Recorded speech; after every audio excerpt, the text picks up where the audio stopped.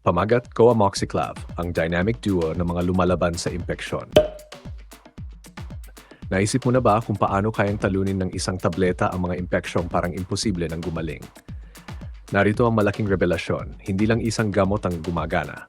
Ang Coamoxiclav ay isang makapangyarihang tambalan, amoxicillin plus clavulanic acid, na nagtutulungan na parang mga superhero para talunin kahit ang pinakamatalinong bakterya. Mga interesanteng katotohanan. 1. Mas mabuti ang dalawa kaysa isa. Pinagsasama ng Coamoxiclav ang amoxicillin ang mandirigma at clavulanic acid ang tagapagtanggol. 2. Nakatagong lakas ng clavulanic acid.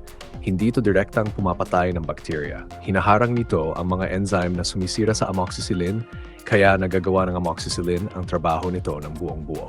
3. Klasiko ngunit makabago. Unang ginamit noong dekada 1980 sa United Kingdom at hanggang ngayon ay isa pa rin ito sa mga pangunahing gamot laban sa resistant infections. 4. May iba't ibang anyo. May tablet, syrup at IV form para magamit sa mga ospital. 5. Ginagamit din sa veterinaryo. Ligtas din itong nirereseta ng mga veterinaryo para sa alagang hayop, ngunit laging may gabay ng profesional. #5. Karaniwang gamit isa ang Coamoxiclav sa mga paboritong reseta ng doktor para sa mga sumusunod na impeksyon. 1. Impeksyon sa paghinga, sinusitis, bronchitis, pneumonia. Impeksyon sa tainga, otitis media. 3. Impeksyon sa UTI. Impeksyon sa balat at malalambot na tissue tulad ng pigsa at cellulitis. Impeksyon sa ngipin, lalo na ang abscess at impeksyon sa gilagid. Paraan ng pagkilos, mechanism of action. Isipin ito bilang kombinasyon ng espada at kalasag. Amoxicillin, sinisira ang cell wall ng bakterya hanggang sa tuluyang mamatay ang mga ito. Clavulanic acid, pinoprotektahan ang amoxicillin laban sa mga bacterial enzyme beta-lactamases na kayang sumira rito. Magkasama, napakalakas nila, epektibo kahit laban sa mga bakterya na kayang umiwas sa karaniwang antibiotics. Dosis para sa matatanda at paano inumin. Karaniwang dosis, less than 25 mg, 125 mg ng tuwing 8 oras o minus 1 gram 8 to 75 mg plus 125 mg tuwing bells, depende ito sa uring impeksyon at reseta ng doktor. Paano inumin? Inumin kasabay ng pagkain upang maiwasan ang pagsakit ng tiyan. Tapusin ang buong gamutan kahit bumuti na ang pakiramdam.